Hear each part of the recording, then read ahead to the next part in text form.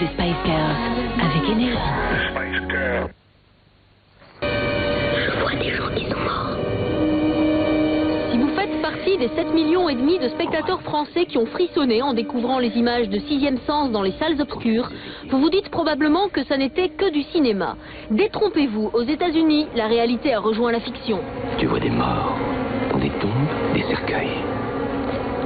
Non, ils vont et ils viennent comme n'importe qui. L'intéressé se nomme Justin Quinn, il n'a que 6 ans et comme le héros de Sixième Sens, voit régulièrement des spectres dans sa chambre du Connecticut.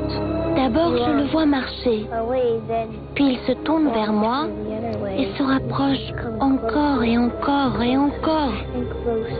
J'ai peur, alors je me cache sous ma couverture et puis je la soulève et là je vois qu'il est toujours là.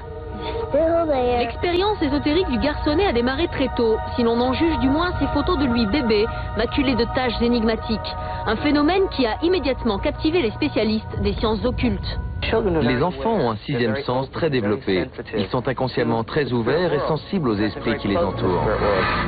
Faites-les partir, je vous en supplie.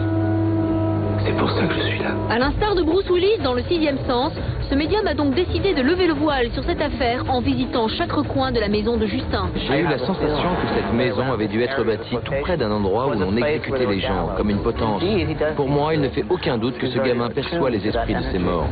Le médium s'est même adjoint les services de la police.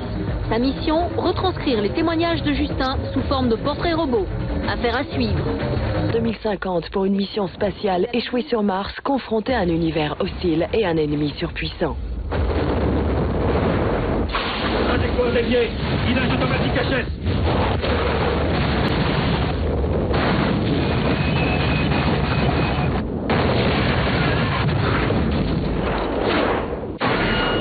Girl Fight, ou le premier long métrage de Karine Kusama. L'histoire d'une adolescente qui, entre ses bagarres à l'école, un père absent et une mère décédée, se sent piégée dans Brooklyn.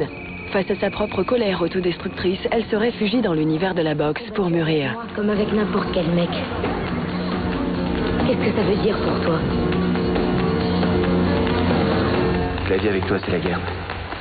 Peut-être que la vie tout court, c'est la guerre.